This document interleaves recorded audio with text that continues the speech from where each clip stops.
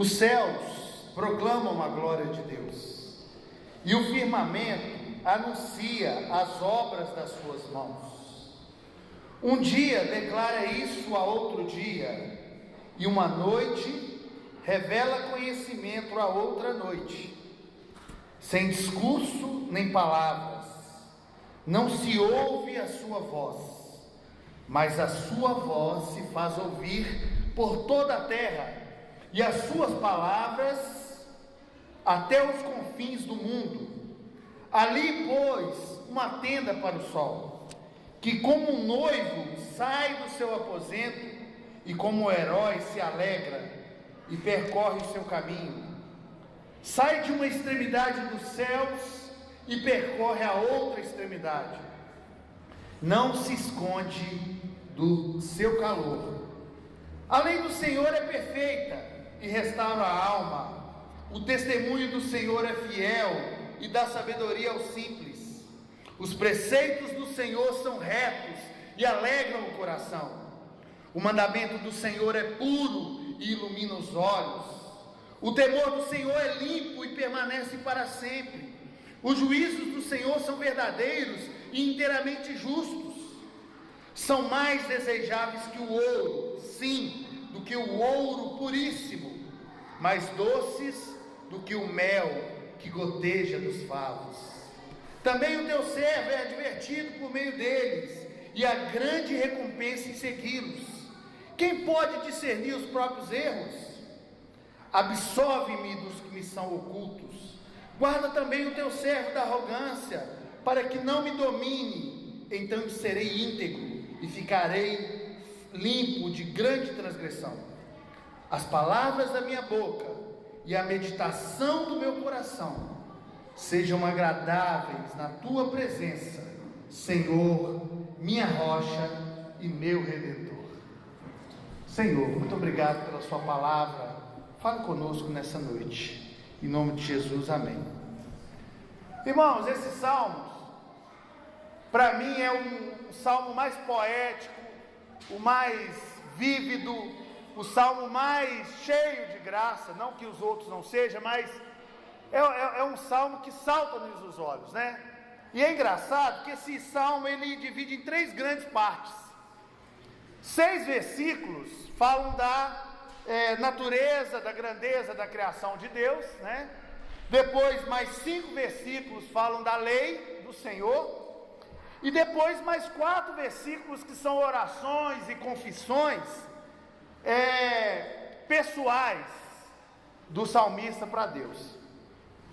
Então esse salmo, apesar de ser escrito há mais de 600 anos antes de Cristo, né? Ele é um salmo que ele tem um quê de modernidade, ele é uma poesia moderna, né?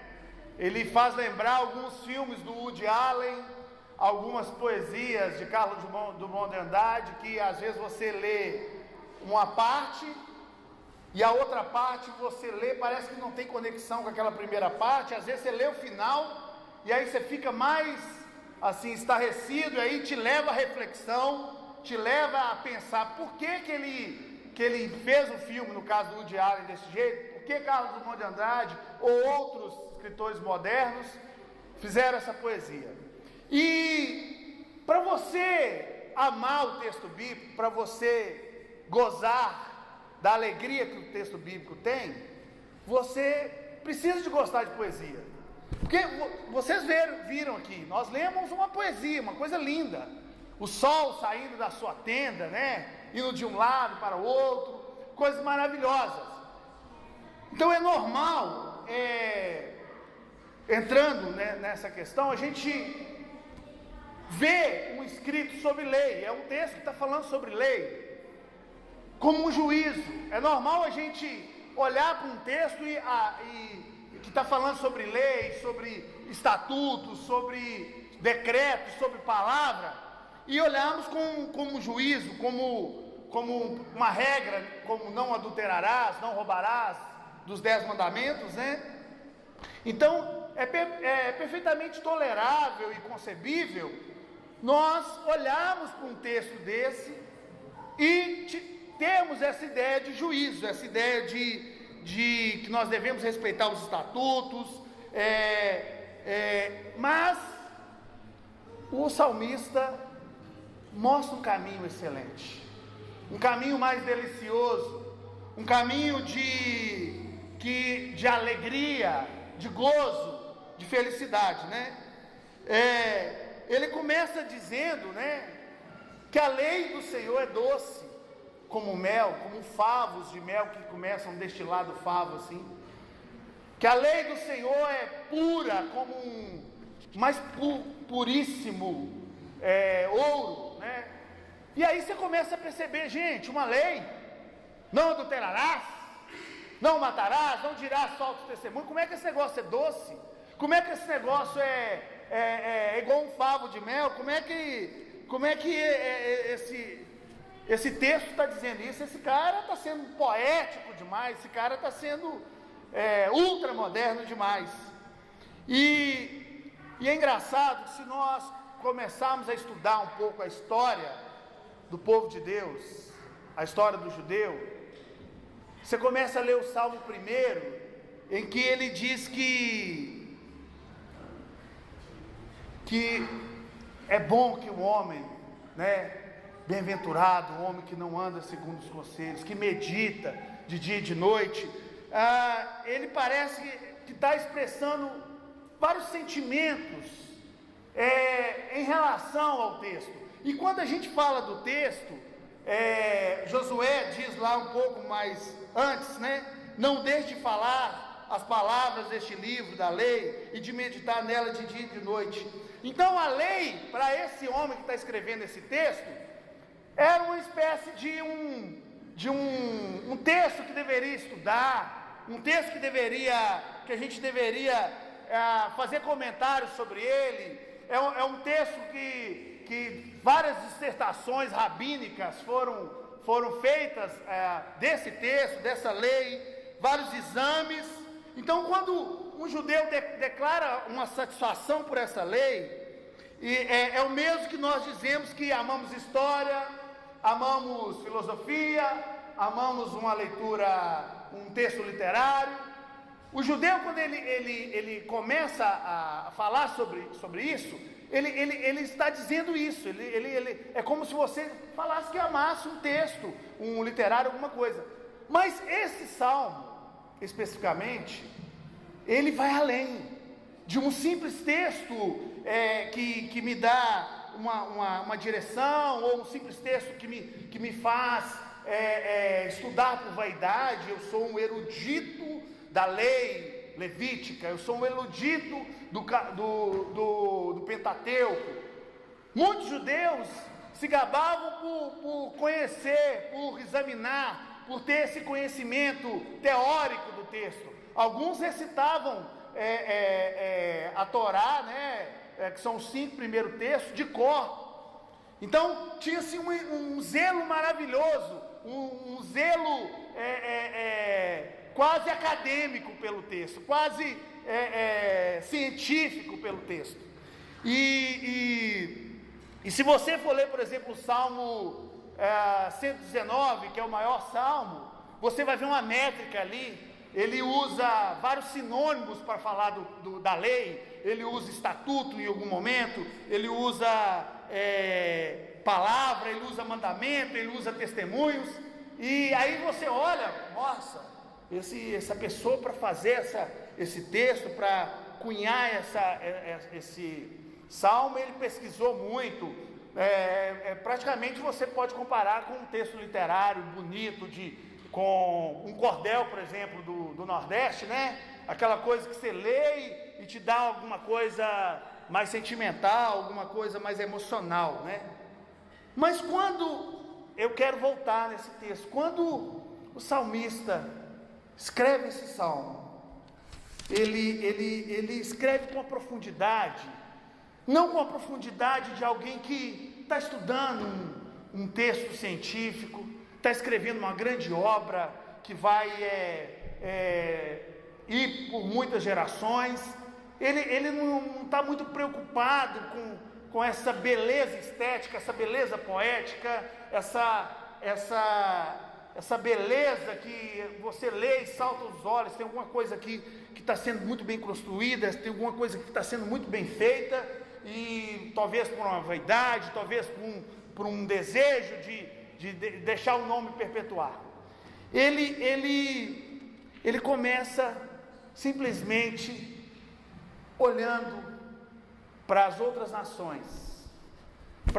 nações que não temiam o Senhor, para as outras nações pagãs que sacrificavam as suas crianças para um deus Moloque, que colocavam as suas crianças na fogueira para um Deus que tem boca mas não vê, tem olhos mas não vê, tem boca mas não fala, para um Deus trazer uma colheita maravilhosa. Ele olhava para as outras nações e viam as mulheres sendo desprezadas, as mulheres sendo tratadas como lixo. Ele olhava para as outras nações e viam os homens sendo tratados como apenas máquinas de guerra. E ele olha para o texto, ele olha para os estatutos do Senhor e fala: que é isso? Isso é mais desejável do que o ouro puríssimo, isso é mais doce do que o mel quando ele está destilando, quando ele está saindo do favo, aquela coisa que é como hoje um chocolate. A gente vai numa loja e vê aquela máquina de chocolate, o chocolate caindo assim, a gente fica doidinho para ir lá comprar um chocolate. E ele começa a escrever isso e falar: gente, não é possível que você não está percebendo que esse negócio é lindo, não é possível que você não está percebendo que esses estatutos, eles são não somente moralmente maravilhosos, mas eles têm um quê de beleza, de maravilha. Eu olho para o meu lado, eu vejo um homem maltratando a sua mulher, eu olho para o meu lado, eu vejo uma pessoa conquistando uma nação para a sua grandeza, e eu olho para esse texto e falo: não vai matar, por quê? Porque o homem é a imagem de Deus. Então ele começa a saltar os olhos dele, ele começa a ficar maravilhado, ele começa a ficar estupefato. Olha, ele começa dizendo que o firmamento, né? Ele começa a falar do firmamento, que ele está tão firme, que passa um dia, passa outro, e ele está lá firme. Ele está lá firme porque teve uma palavra que sustentou ele. Uma palavra que você não ouve. Ele está dizendo aí, olha aí, sem discurso nem palavras, não se ouve a sua voz, mas a sua voz se faz ouvir. Olha que lindo, não se ouve, mas a voz é ouvida. Meio que um paradoxo, né? É porque a voz de Deus, ela tá muito clara nessa criação. E é engraçado que se você vê o texto de Paulo em 1 Coríntios, Romanos, né? Ele fala que as pessoas que olham para a grandeza de Deus, que é a criação, e não dão glória a Deus, elas são indesculpáveis. Porque é isso, você não ouve barulho, você não ouve mais a voz, a presença de Deus, a grandeza de Deus, ela se faz ouvir por toda a terra, e as suas palavras até os confins do mundo. Ali ele vai e coloca um sol lá. E é engraçado que o sol, ele faz uma referência à alegria nupcial. Aquele homem que passou a noite toda com uma mulher linda, maravilhosa, e ele levanta da sua tenda como aquele garanhão. A noite foi uma criança. E ele sai, né, como se ele estivesse nascendo, né, o sol nascendo, e uma velocidade inigualável. Ele vai de leste a oeste, uma velocidade inigualável. E por fim ele pensa no calor que ele oferece, e não naquele calor que aquece do deserto, né? Mas aquele calor que faz a escuridão se esconder. E aí ele faz uma referência muito legal, né?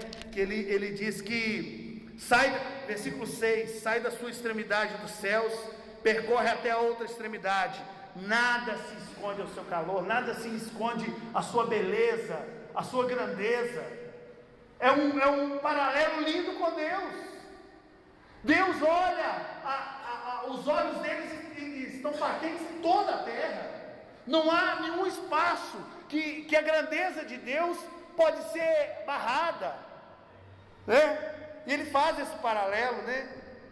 Ele fala que ele é ofuscante e poderoso, que ele bate nas colunas dos penhascos, por todas as fendas, e nada escapa ao seu calor. Olha, entendeu? Ele está fazendo uma referência clara desse poder de Deus, dessa grandeza de Deus. E ele continua dizendo, assim ele sente, o salmista, ele sente vasculhando todos os esconderijos da sua alma, e essa luz que vai brilhando, que vai dissipando as trevas, é como se fosse o poder e a grandeza de Deus vasculhando o interior da nossa alma, que muitas vezes é trevas, que a luz de Deus precisa de entrar e aquela trevas dissipar. E à medida que essa beleza, essa doçura, essa preciosidade contrasta com os costumes pagãos, próximo, fica claro o quanto que a lei é maravilhosa para esse homem. Na hora que ele começa a ver perto dele, e acontece com a gente. Você tem um vizinho do lado da sua casa, espancando a esposa, batendo nos filhos como se os filhos fossem mulas, e você olha para dentro de você e fala: eu fui liberto, eu era para ser assim, mas eu fui liberto por essa verdade. Então é mais ou menos isso. Ele começa a olhar para as pessoas, olhar para as situações em sua volta e perceber isso. E é engraçado que nós cristãos, nós jazemos numa ilha coberta pela graça de Deus, né? Ali nós temos um estilo de vida diferente, nós agimos diferente, em todas as direções, em todo o tempo, nessa ilha que nós vivemos, é como se fosse vendavais vindo, tem momentos, há um tsunami querendo entrar nas nossas casas, nas nossas famílias. E aí no versículo 7 ele vira e fala: a lei do Senhor é perfeita e restaura a alma. O testemunho do Senhor é fiel e dá sabedoria aos simples. Ele começa a falar de uma verdade que não dá para perceber uma outra coisa, por ser muito parecida com a luz do sol, que em tudo penetra, em tudo detecta. Ele começa a fazer esse paralelo com a lei do Senhor. Ele emenda o texto falando da lei do Senhor. Ele pega esse sol que tudo revela, que tudo detecta, e faz essa ligação direta. Se você não ficar atento, você acha que não tem nada a ver uma coisa que é a grandeza de Deus com a questão da lei do Senhor. Então ele pega essa grandeza do sol, essa grandeza da natureza, essa grandeza do poder de Deus e coloca na lei. E aí ele fala: olha, tá vendo? Assim como você olha para essa beleza dessa criação, esse céu azul, essas estrelas maravilhosas. Eu imagino que o povo naquela época tinha uma percepção das estrelas muito melhor que nós, porque não tinha tanta luz que ofuscava os astros, né? Então ele olha para aquelas estrelas e faz diretamente um paralelo com a verdade de Deus, com a perfeição. Assim como ele criou a perfeição dos céus, a perfeição da grandeza dos astros, ele fala, ele também fez a lei, e essa lei é perfeita. Por mais que a gente olhe como juízo, como algo que nos coloca na parede, como algo que nos faz refletirmos sobre as nossas atitudes vis, ele fala, essa mesma grandeza que tem no céu, na terra, nas águas, é a mesma grandeza que você vê na lei. E aí ele faz brotar em sua vida um sentimento de luminosidade, de pureza, de exultação. E ele começa a dizer: o temor do Senhor é limpo, permanece para sempre, os juízos do Senhor são verdadeiros. inteiramente justos. E é engraçado que a gente está vivendo um momento hoje, a palavra do momento é pós-verdade, ou seja, não tem verdade. Hoje as coisas, os relacionamentos são líquidos, né? Você não pode, depende, você não pode julgar, você não pode, você está sendo homofóbico, você está sendo fundamentalista, você está vivendo um evangelho meio arcaico, o negócio está meio estranho para você. Mas imagina um judeu em 600 antes de Cristo, numa situação totalmente inóspita, uma situação em que o povo era mais bárbaro que o povo bárbaro que destruiu o Império Romano, e ele começa a ver essa beleza dessa lei, essa beleza dessa verdade do Senhor. Aí ele começa a olhar para os seus erros interiores. Olha aí, no 11, também o teu servo é advertido por meio deles, há uma grande recompensa em segui-los. Quem pode discernir os próprios erros? E aí ele faz uma referência de novo a esse sol, que ele vai chegando, e aí o seu erro começa, a sua escuridão começa a ser revelada, porque nada fica incólume ao sol, nada fica escondido do sol. E aí ele faz essa pergunta: quem pode discernir os próprios erros? Você sozinho, meu querido, você sozinho, minha querida, você não pode fazer nada. Mas quando a luz de Cristo, quando você deixa essa beleza, quando você deixa essa grandeza, quando você deixa esse estatuto que é mais desejoso que o mel entrar na sua vida, fazer parte do seu ser, as respostas que você precisa para a sua escuridão, para a sua inverdade, para a sua pós-verdade, ela encontra na lei do Senhor. Recentemente nós cuidamos dos adolescentes lá da nossa comunidade, e nós fizemos uma dinâmica com eles. E eu gosto de trabalhar com adolescente, porque adolescente é muito verdadeiro. Criança e adolescente são muito verdadeiros. Nós crescemos, somos adultos, e a gente perde um pouco disso, dessa verdade, dessa pureza, né? E aí nós apagamos todas as luzes, colocamos várias velas à direita, várias velas acesas à esquerda, e ministramos uma palavra sobre a luz de Cristo, que é muito paralela a esse texto, que o sol que ilumina. Então, falamos que Deus separou a luz das trevas, que santidade quer dizer separação, e fomos ministramos, e no final, nós pedimos cada um para pegar uma vela. E aí, a Domênica foi até mais ousada que eu, ela falou assim: quem acha que está nas trevas, apague a sua luz e vá para a direita, para a esquerda. Quem acha que está na luz, mantenha a sua luz acesa e vai para a direita. E metade dos meninos foram para as trevas, e a outra metade foi para a luz. Nós pensávamos que ninguém ia para as trevas, que todo mundo ia falar: não, eu estou na luz, eu estou bem, eu estou top, eu oro, eu leio a Bíblia, eu jejum, eu vou à igreja aos domingos. Mas metade falou assim: às vezes eu estou na luz, às vezes eu estou nas trevas. Então a Bíblia fala que não pode ser morno, então eu vou para as trevas.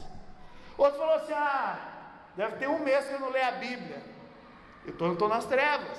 Outro falou assim: acho que tem um ano que eu não oro, e foi para as trevas. E é engraçado isso, gente, quando a luz de Deus entra, não há trevas que resista, não há trevas que fica. Quando você se depara com a luz, você olha para dentro de você, e você tem essa resposta que o salmista teve: quem pode discernir os próprios erros? Ninguém, a não ser que a luz venha, que essa luz maravilhosa, que esse mel, que vai descendo assim, destilando, chega na sua vida. E aí ele continua: não podemos esquecer que esses novos caminhos apontados por Ele, esses novos preceitos, né? Ele fala aqui no 8, os preceitos do Senhor são retos e alegram o coração. Muitas vezes nós olhamos para o texto bíblico e deparamos com o texto e falamos: nossa, isso aqui é muito difícil de seguir, nossa, isso aqui é muito difícil de caminhar.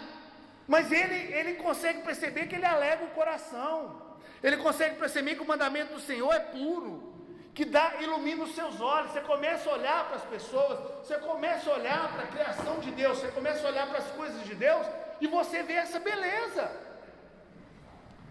Essa semana aí, né, nós tivemos aquela questão do Quer Museu lá, aquela exposição, né, no Santander, e eu pensei muito sobre esse texto, e pensei muito sobre essa exposição. Uma exposição que mostra normal uma relação sexual de um homem ou de uma mulher com um animal. Uma exposição que coloca normal uma relação sexual de um homem com uma criança.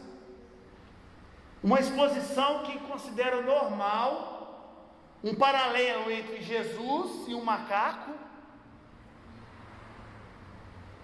E aí eu olho para o texto e eu acho que eu consegui ter o mesmo sentimento que o salmista teve ao deparar com os pagãos ao redor dele. Talvez você não tenha recorrentemente esse sentimento, porque eu também não tenho, sabe? Mas se nós começarmos a olhar minuciosamente para essa geração, essa semana um médico com a sua caneta deu lá a resposta da ação de uma pessoa que queria simplesmente ser tratada, porque ela tinha dúvida se ela era homem, se ela era mulher. E toda uma sociedade sem Deus, uma sociedade pagã, uma sociedade pós-verdade, uma sociedade que não consegue ver beleza nessa moralidade, nesses estatutos perpétuos de Deus, bateram pesado. O Conselho de Medicina brasileiro vai entrar com ação pedindo ele para retratar, simplesmente porque eles acham que a pessoa não tem o direito de se achar com questões psicológicas conturbadas e buscar uma ajuda, porque essas pessoas não conseguem olhar para essa verdade e ver beleza, e ver pureza. Elas acham que é melhor a pessoa ser livre, elas acham que é melhor a pessoa escolher o que ela quer ser da vida, se quiser ser homem, se quiser ser mulher. É melhor as crianças, como teve recentemente também um menino de 12 anos que entrou na justiça contra os pais para ter uma cirurgia de alteração sexual. Não sei se você consegue conceber, olhar para esse texto e ter essa mesma concepção que esse salmista teve, de olhar para esse mundo podre, de pessoas que matam as suas esposas, homens que batem. No último, do ano passado, no último dia dos namorados, estava eu e a Domênica, um casal que a gente estava cuidando da igreja, lá na delegacia de mulheres, porque o marido tinha quebrado o dedo da esposa de tanto bater.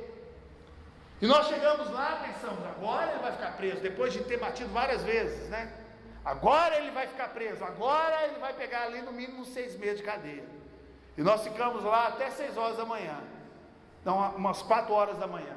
Aí fomos embora, 8 horas da manhã ela liga desesperada, que ele já estava solto, que a Lei Maria da Penha não serviu para nada, porque a Lei Maria da Penha, ela não foi feita igual essa lei, ela foi feita uma lei humana, uma lei pecaminosa, porque as pessoas que fizeram não conseguiram ver a beleza que tem essa verdade, não conseguiram mensurar que essa verdade ela é maior que um ouro mais puro, que um ouro que não dá para mensurar a sua pureza, de tão puro que é. Então é isso. Eu acho que o mesmo sentimento que esse salmista Davi olha para as suas nações em volta, nós podemos ter hoje. E olhar para esse texto, e olhar para essa verdade, e ver que essa verdade, ela realmente é boa, que essa verdade, ela realmente transforma os nossos corações, o nosso ser. Alguns até, dando um pouco também de talvez, de um pouco de boi, para as pessoas que não seguem essa verdade. Às vezes ele olha o texto como um texto moral, né? Olha, eu não minto, ele fala para não mentir. Eu não prostituo, ele fala para não prostituir. Mas elas não conseguem sobrepujar, não conseguem superar essa moralidade. Ficam somente na moralidade, como um texto que vai te ajudar a ser uma pessoa melhor, como um texto que vai ajudar a pessoa a ser uma pessoa moralmente capaz, uma pessoa que é um cidadão que não é vil, um cidadão que vai ajudar as pessoas, que vai cuidar das pessoas. Mas o salmista, ele nos mostra um caminho mais excelente, de você, muito mais que seguir porque é um mandamento. Uma vez eu perguntei um amigo meu, porque ele não mentia. Ele falou que não mentia porque a Bíblia dizia que mentia. Paulo, certa vez nas Escrituras, ele fala que ele só entendeu que cobiçar é pecado quando ele leu a lei. Mas eu quero te animar essa noite a não ler essa lei, esses mandamentos, essa aliança eterna de Deus, como um texto que vai te fazer uma pessoa melhor, que ele vai fazer. Mas essa não é a finalidade fim do texto bíblico. Essa não é o caminho final dele. O caminho final do texto, o caminho final da lei, é te fazer parecido com Cristo. É te fazer a imagem e semelhança de Deus. É te fazer agora, não lá. Hoje, que você traga o reino de Deus hoje para essa terra, que você não espere chegar lá para que se manifeste essa beleza, que se manifeste essa pureza, mas hoje, aqui, faça diferença na sua vida. É isso que o salmista está falando, e ele diz no versículo 13: guarda também o teu servo da arrogância, para que não me domine, então serei íntegro, e ficarei limpo da grande transgressão.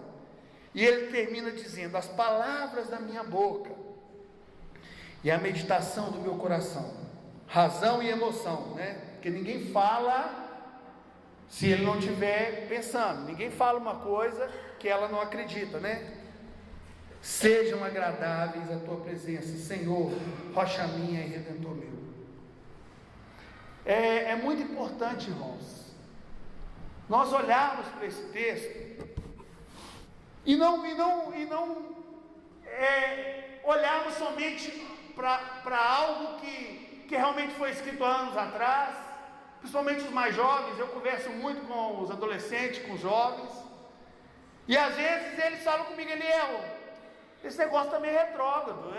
Às vezes eu leio algumas coisas aí, cara, perdoar inimigo, perdoar gente que me fez mal. Esse negócio tá meio estranho, é difícil fazer isso, cara. Como é que eu vou fazer? Eu falo: cara, não olhe como uma coisa que vai ser prisão para você. Não olhe como uma coisa que vai te colocar na parede, um juízo.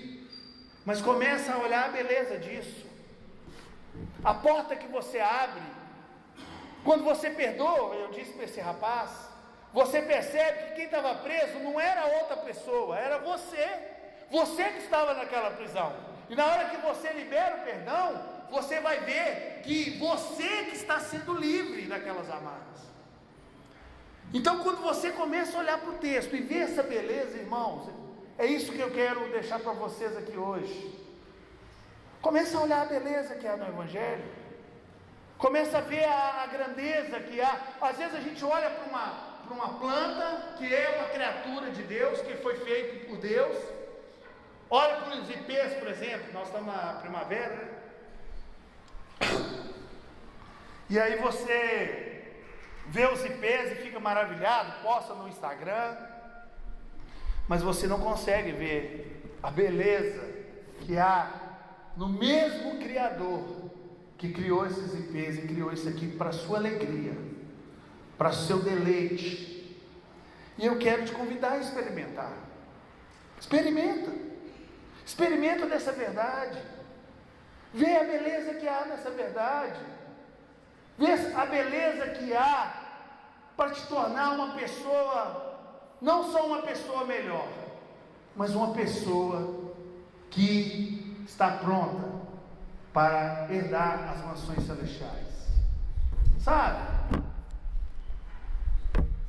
Eu gosto muito dessa parte. Quero ler de novo. Versículo 10. São mais desejáveis do que o ouro, sim, do que o ouro puro, mais doces do que o mel que goteja dos favos. Se você ainda não conseguiu ver essa beleza, essa grandeza que há nessa palavra, eu quero te convidar a ler, quero te convidar a examinar, eu quero te convidar a deixar que esse sol que ele fala aqui entre na sua vida e dissipe toda a escuridão, toda tristeza, toda amargura. A gente conversa com muitas pessoas que creem nessa verdade, vivendo uma vida como aquele jovem, desejando comer bolotas, não vivendo a vida abundante que o Senhor preparou para nós, vivendo uma vida de pagão, de pessoa que realmente não entende que essa verdade é que vai fazer toda a diferença na sua vida.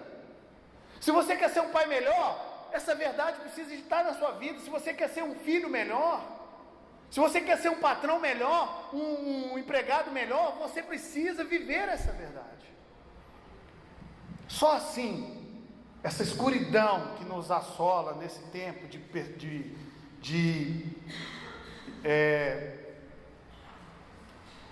incertezas, né, econômicas, de corrupção endêmica, né, desde de 1500 a gente tem esses problemas.